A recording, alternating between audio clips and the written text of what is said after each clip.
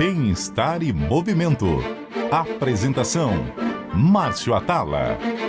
Olá a todos, o Bem-estar e Movimento está começando e hoje a gente vai falar com aquelas futuras mamães ou então quem acabou de ter um filhinho, uma filhinha e quer voltar à atividade física, qual a melhor atividade física, quais são as recomendações para essa fase da vida. E para isso eu tenho que chamar alguém que entenda muito, que seja especialista, que eu confie, que trabalha muito tempo com isso e tem toda uma formação dedicada a esse assunto. Então, o meu convidado de hoje é o professor de Educação Física, Alexandre Alves, formado na Faculdade de Educação Física da USP. Muito bem-vindo, Ale. Oi, Márcio, tudo bem? É um prazer estar aqui. Espero poder ajudar muito as mamães, as gravidinhas, a terem uma gestação e uma recuperação do corpo muito mais saudáveis. Pô, Ale, você tem um trabalho aí super reconhecido por médicos, enfim, e é um tema que desperta muitos mitos e, ao mesmo tempo, muito cuidado, né? Porque é uma fase da vida muito, muito especial. Então, para as gestantes, né? Quais são as principais recomendações de atividade física? Vamos dividir por período. Os primeiros 3 meses, por exemplo. Então, Márcio, é muito legal porque tem um órgão que dá um monte de norma em relação à gestação. É o Colégio Americano de Obstetras e Ginecologistas. E saiu uma norma agora recente, com várias atualizações bem bacanas, dizendo que a mãe, a gestante, fazendo ou não atividade física, ela tem que ser encorajada a iniciar um programa de atividade física na gestação, independente de que fase da gestação ela está. Então aquela ideia já um pouquinho ultrapassada de no primeiro trimestre não pode fazer nada, não é verdade. Eu não fazia nenhum exercício, eu posso começar na gestação? Você deve, exatamente. Então, tem um monte de coisa que dá para fazer, treino de fortalecimento é super bom para as costas. A gente falando de cada fase da gestação. No primeiro trimestre, a gente tem que tomar só alguns cuidados em relação à temperatura. Então, é quando se está formando o tubo neural do bebê. Então, por exemplo, uma hidroginástica com água muito quente. Não é recomendado. Não é recomendado. Tá. Hot yoga, por exemplo, não é recomendado. Aquilo que é levar muito a temperatura. Exatamente. E fazer atividade física, obviamente, sob um calor muito grande. A gente tem que tomar um pouco de cuidado com isso. É um dos cuidados importantes do primeiro trimestre. É interessante isso, porque quando você falou que a atividade física ela deve ser feita durante toda a gestação, independente se a pessoa era sedentária ou não, e aí você traz alguns cuidados, é aquela velha máxima, né? Atividade física é igual uma caixa de ferramenta. Você vai ter que usar a ferramenta certa para o conserto certo. Então, ter um bom profissional que saiba olhar essas variáveis é fundamental, né? Hoje em dia, Márcio, com a internet é muito mais fácil. Então, se você não é especialista em gestante, pesquisa, procura por artigos científicos, entra no site do Colégio Americano de Obstetras e Ginecologistas, que lá eles dão todas as orientações para isso. Então, realmente, precisa da ferramenta correta, precisa tomar alguns cuidados, mas está aí para todo mundo dar uma estudada e conseguir fazer um programa pelo menos seguro. Agora, você tem muito claro, né, e vários estudos mostrando que aquela mamãe que é fisicamente ativa, ela beneficia a saúde do bebê, né? Isso é muito legal, porque há uns anos atrás, quando a gente começou, se pesquisava muito mais os cuidados ou os benefícios para as mães, né? Então, por exemplo, não desenvolver ou diminuir a chance de diabetes, de pressão alta, que é a eclâmpsia ou pré-eclâmpsia, controlar o ganho de peso. Mas hoje a gente já sabe que agora a atividade física tem benefício para os bebês. Então, os bebês das mães que se exercitam, quando o bebê nasce, ele recebe uma nota do médico, chama boletim ou índice de Apgar. Então, o médico, o pediatra ali, neonatal, avalia o coração, a respiração, o tônus muscular. E todos os bebês das mães que se exercitaram nascem com notas maiores. Que legal. Isso é muito legal. E eu vou falar para você que as pesquisas vão além disso. Elas já começaram a perceber que crianças, eu não estou mais falando de bebês, hein, Márcio? Com 4, 5 anos, dessas mães que se exercitaram, se desenvolvem cognitivamente muito melhor do que as mães sedentárias. Olha que legal. É claro que a mãe vai ter o benefício, que nem você falou, consegue controlar melhor a pressão, o diabetes, controla a questão do peso. Tem uma série de benefícios. E isso extrapolando agora, não só para o bebê, mas para essa criança que vai ter todo um desenvolvimento facilitado por conta de um hábito da mãe. Exatamente. E por isso que a gente tem que incentivar as mulheres a se exercitarem. Ah, mas eu não fazia nada. Pode começar na gestação. E eu sempre falo isso para as mães. Você já está cuidando da saúde do teu filho, antes mesmo dele nascer. Isso é muito legal, né? Então, não só fazendo atividade física, mas procurando também se alimentar melhor, é que uma coisa acaba levando a outra. Puxa a outra. Puxa a outra. Então, sim, os cuidados, eles melhoram, não só quando são bebezinhos, mas até no desenvolvimento cognitivo. Isso é muito legal. Agora, tem uma coisa que é interessante, que é o tipo de atividade física, né? Então, por exemplo, eu conheço uma pessoa que teve bebê agora, acho que no meio do ano, e ela jogou vôlei de praia, acho que até 2 semanas antes da gestação, do parto.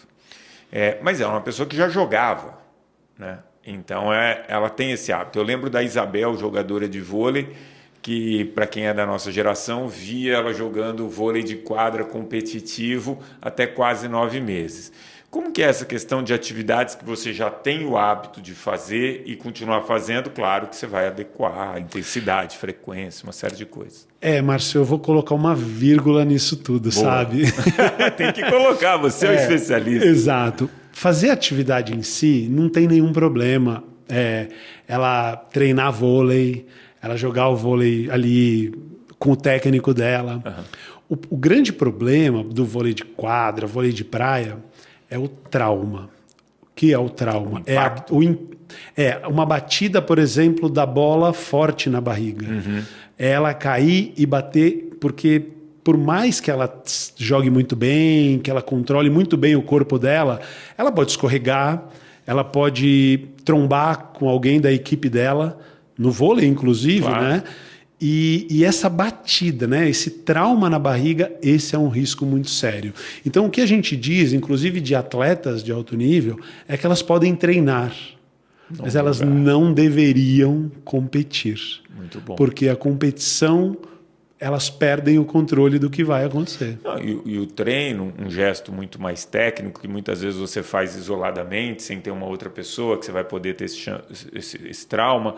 O técnico vai poder controlar, olha, nessa fase é melhor já não saltar mais, então você vai fazer algum outro tipo de treino que é mais técnico e muito menos físico, né? Isso aconteceu quando a Serena Williams estava grávida.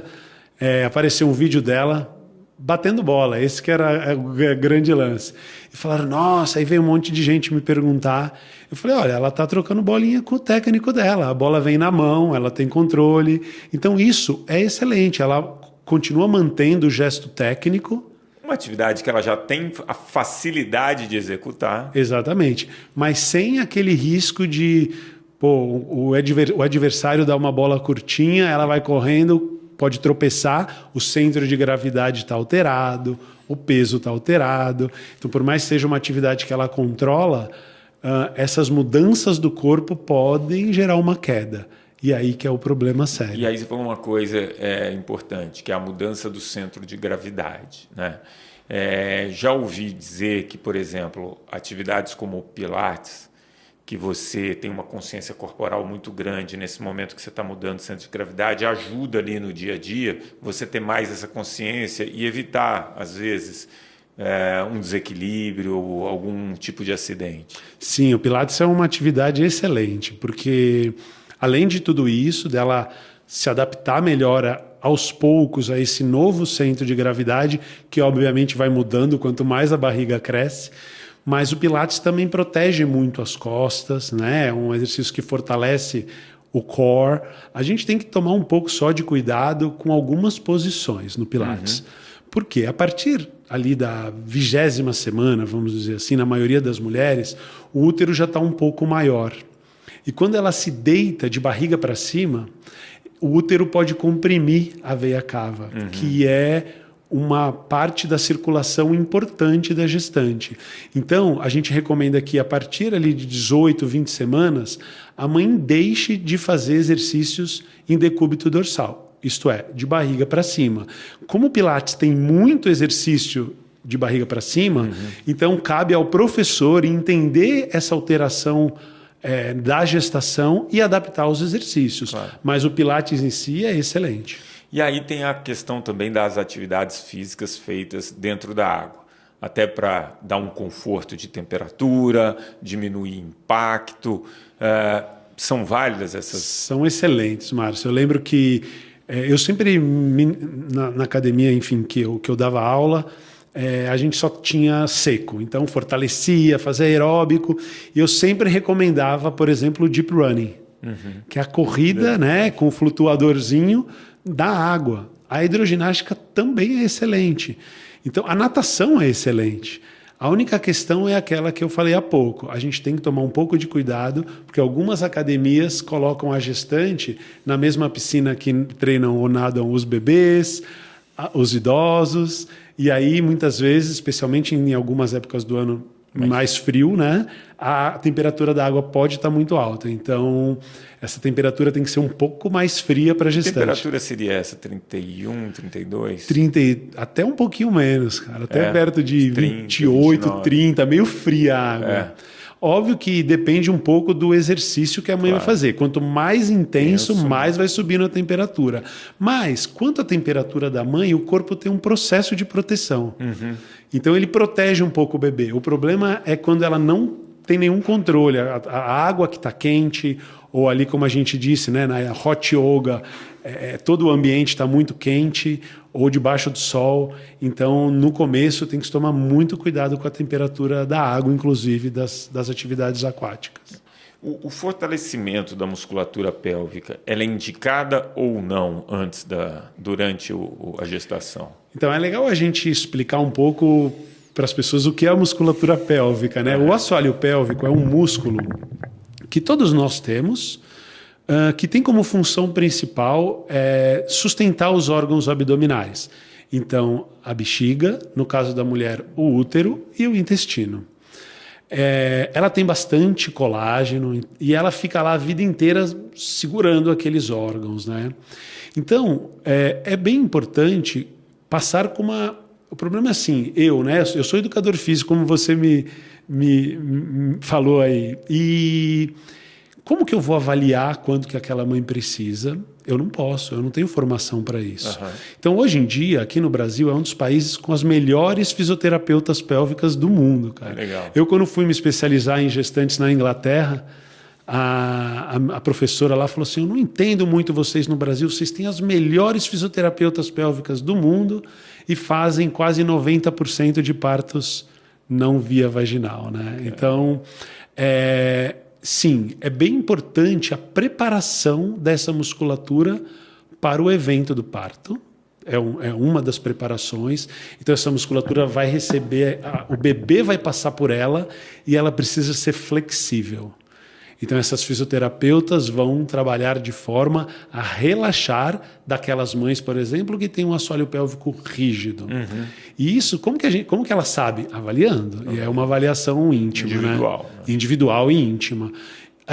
Tem mães que têm esse músculo sem nenhum controle. Então, elas vão trabalhar um pouco de fortalecimento, controle. Então, é uma avaliação individual e é uma musculatura, como você disse, muito afetada na gestação, que precisa ser cuidada nessa fase e precisa também ser avaliada e cuidada no pós-parto. Tá. Aí a gente vai falar do pós-parto agora, né? A gente falou muito da gestação.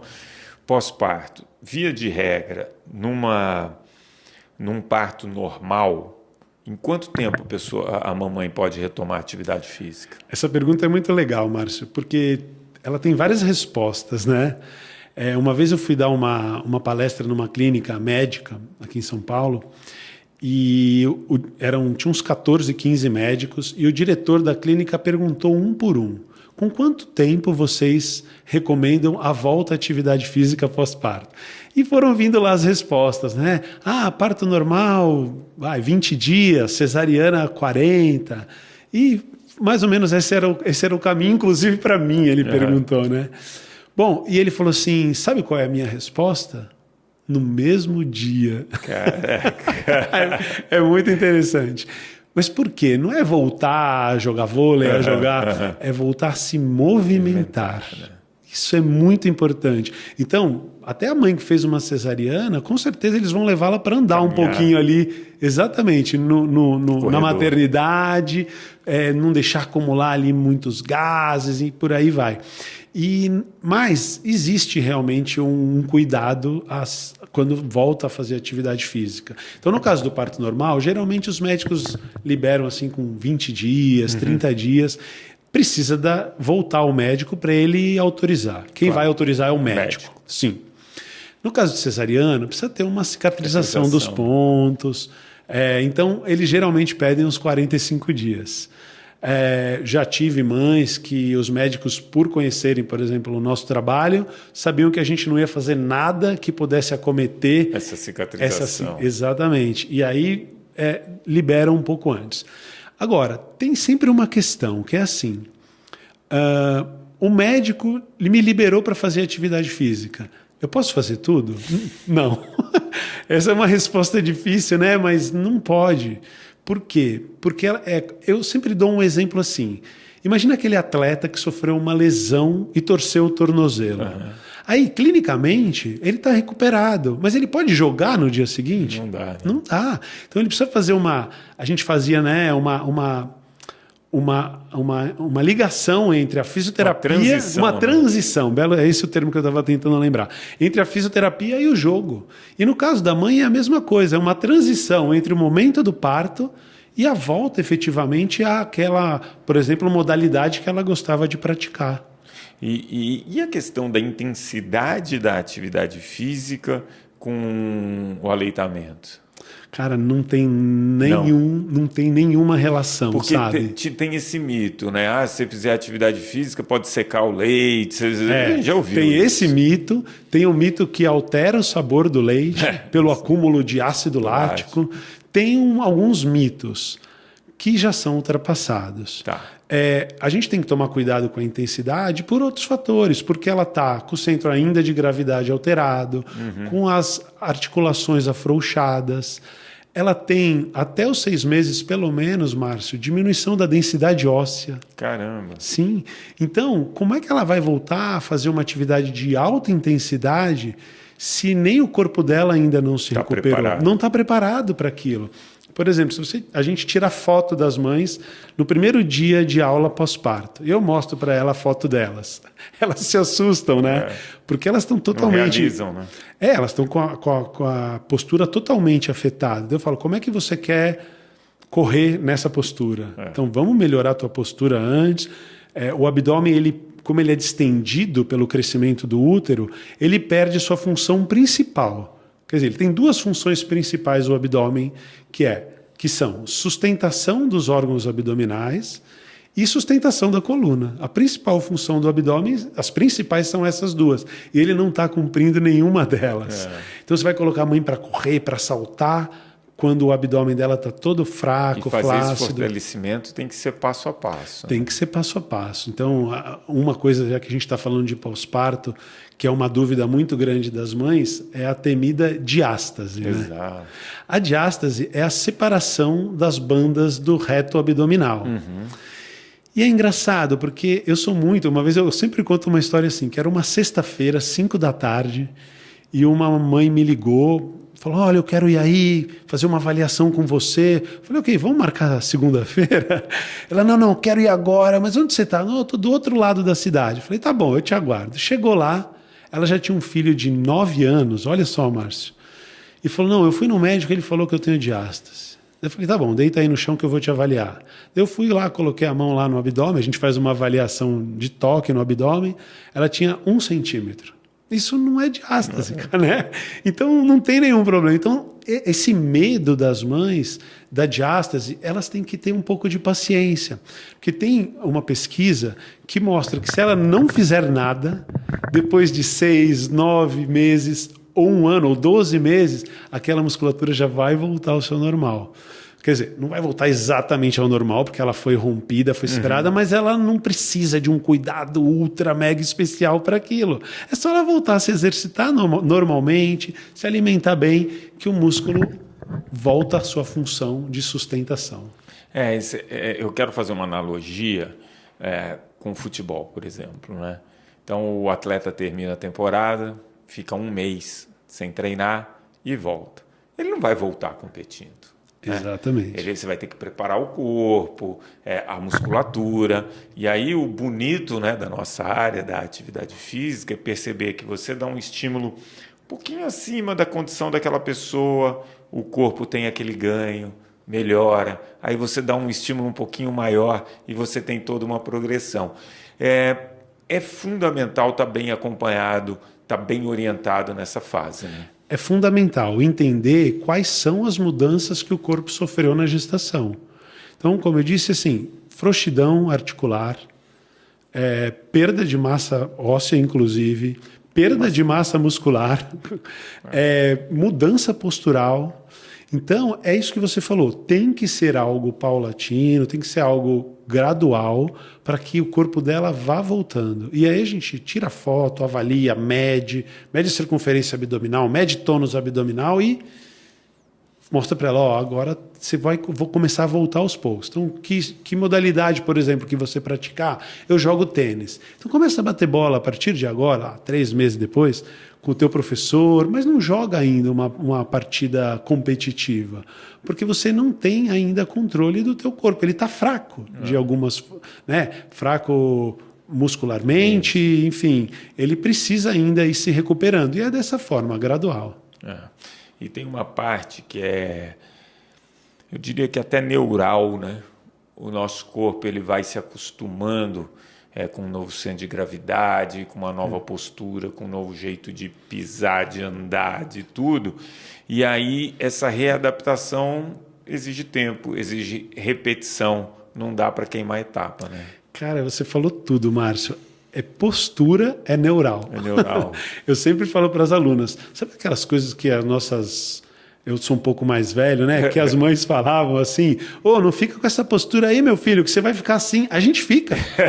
Porque o cérebro entende que essa postura é a nova postura. E isso acontece nessa transição da gestação para o pós-parto. Como a barriga pesa para frente, ela tenta se adaptar a esse peso, sem perceber. E ela joga o quadril para frente, tem um desequilíbrio tanto na lombar quanto na cervical. E por isso que eu falei, a primeira coisa que faz quando a mãe volta no pós-parto é tirar uma fotinho dela e entender esses desvios. Muitas vezes tem desvios no quadril e é neural, quer dizer, eu tenho que colocar ela também. A gente faz um trabalho postural no pós-parto. Dá para voltar sem isso? Claro que sim. É só ir fortalecendo aos pouquinhos. Como eu disse, deixar o corpo ir também recuperando.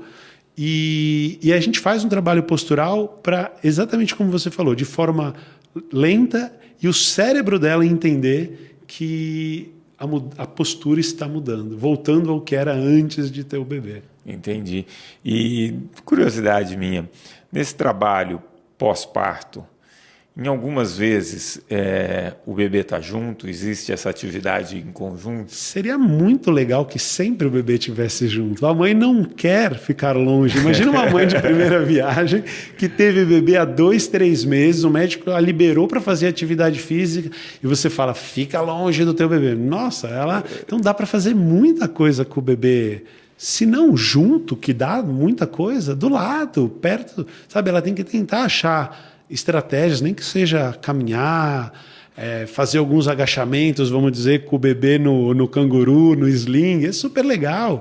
E ela está com o bebê sempre pertinho dela, então não só dá, como deve. Com a sua experiência, quando a mãe começa a fazer esse tipo de atividade física, né, com o bebê perto ou até participando da atividade, Isso chega a influenciar no hábito dessa criança lá na frente, desse bebê? Total, Márcio, porque, enfim, ela vai... A gente tem muitos casos de mães que não se exercitavam na gestação, elas começaram a se exercitar por uma questão, será que eu vou ganhar muito peso? Então, começaram a se exercitar na gestação e criaram esse hábito no pós-parto. Então, só esse termo, criar hábito, já vai ajudar no bebê dela. E tem uma coisa, como a gente está falando de pós-parto, que é muito interessante, que a atividade física é um dos fatores principais para controle da depressão pós-parto, cara. A gente não podia esquecer de falar, Márcio. Boa. Porque tem uma queda, logo que ela tem o bebê, muito grande hormonal. E o que faz melhorar os níveis hormonais, se não a atividade física? Cara? Então, a incidência de depressão pós-parto é em torno de 15% das mães. Quando elas se exercitam, isso diminui incrivelmente. Então, exercício no pós-parto é muito importante por todos esses fatores que a gente falou, mas para depressão pós-parto é primordial. E quando você fala depressão, né, a gente pega alguns fatores de risco, então o sedentarismo, sem dúvida, é um desses fatores de risco, e um outro que ela já tem naturalmente é uma noite de sono quebrada, né? Que isso ela vai ter por conta, enfim, do bebê, não tem como. Então, se ela puder minimizar com a questão da atividade física... Imagina assim, uma mãe que está com dor nas costas, que está tendo sono privado, várias horas acordando, que está fraca, que não consegue quase levantar. A amamentação tem um desgaste, um gasto calórico muito alto. Exato. Então, ela precisa ter energia. E como a gente sabe, para ter energia, você tem que gastar energia, fazer exercício. Então, com certeza, ela vai conseguir cuidar muito melhor do bebê dela se ela estiver fazendo atividade física. Pô, Ale, não tenho nem como agradecer o tanto de informação. Foi um programa aqui, não é rico em informação, foi um programa milionário em informação. Faz tempo, né, que a gente fica de trazer esse tipo de conteúdo aqui. Eu estou muito feliz que tenha sido você e com tanta propriedade.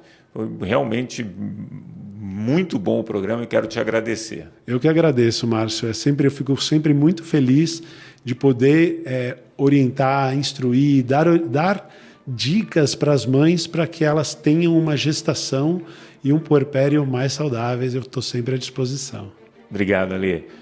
Bem-Estar em Movimento de hoje vai ficando por aqui. Tenho certeza que você gostou desse bate-papo. E o melhor de tudo, você pode dividir, você pode compartilhar esse programa com todos os seus amigos. Esse programa está disponível em todas as plataformas de áudio, inclusive no aplicativo da CBN. Esse programa teve a produção da Joana Cafuri e os trabalhos técnicos do Fernando Mazuco. Até a próxima semana.